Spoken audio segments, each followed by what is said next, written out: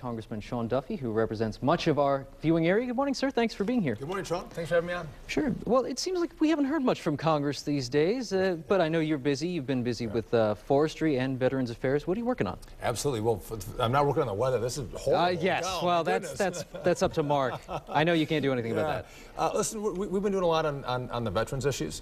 Right now, if you're a veteran, the backlog to have your claim processed is 5 to 6 months. Absolutely unacceptable. If you appeal that claim, it oftentimes takes 2 years or more to have an appeal heard. So I've led the Wisconsin delegation calling in the VA to say, listen, is it more money? What do you need to actually process these claims more quickly and serve our veterans better? I got to tell you, the answers were not good that came from the VA. We asked if, what the issue was. They couldn't identify it. We're going to hound them. We're going to stay on them until we can make sure we're treating our veterans right. We're doing that. Also, there's a lot of hearing issues with our veterans, not just our senior citizens, but our young men and women that come back from battle. And I have a bill. I'm working with Sergeant Eversman. He was from Black Hawk Down, if you saw that movie. Josh Hartnett played him. He has hearing issues himself. And what we're doing is saying, listen, let the audiologist deal with the big issues with hearing. But if you get your hearing aids, let a hearing aid specialist tweak them, fit them, make them work. Oftentimes, our vets can't get in for months to have an appointment with an audiologist, or to have their hearing aids tweaked. So we're doing a lot of veteran stuff right now, trying to make sure the VA is working better for them. Is that a problem that can be solved just by throwing money at it, or is that something that has to kind of looked at with a fine-tooth comb? So good point. So in the House, we're trying to watch the dollars pretty aggressively. There's 5 Wisconsin members on the Budget Committee. We have the best representation. Right. I asked them, do you need more money? Because I know we can build a coalition of people who will help provide more funding to get the work done, and they said no, it's the process that they have in place. And the process isn't resolving the time lapse in serving veterans. Listen, the answers aren't good, but we're going to stay on them, and we are going to get answers and make sure that we can shrink these timelines and serve the vets better.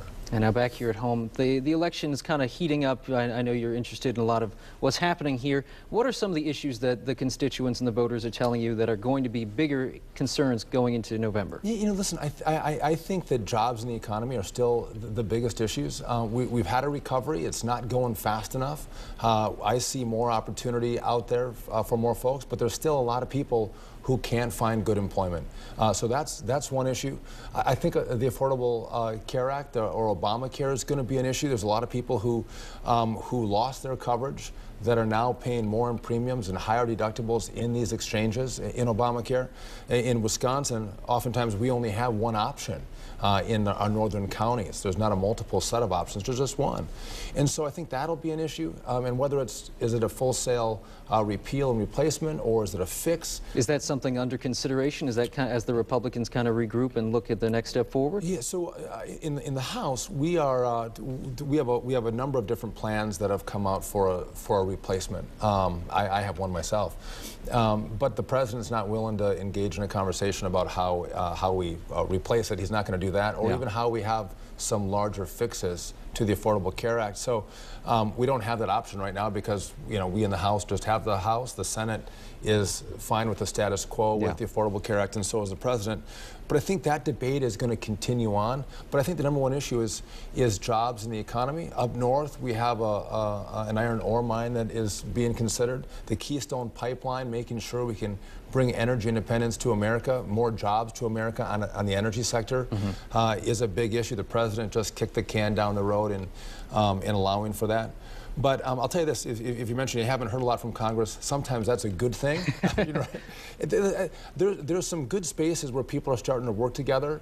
It's not perfect, but there's some bright spots where things have to get done. And I think there's a realization from a lot of folks in D.C. that if you're going to get it done, you got to have a bipartisan coalition. And you got to work together. You're not going to get everything you want.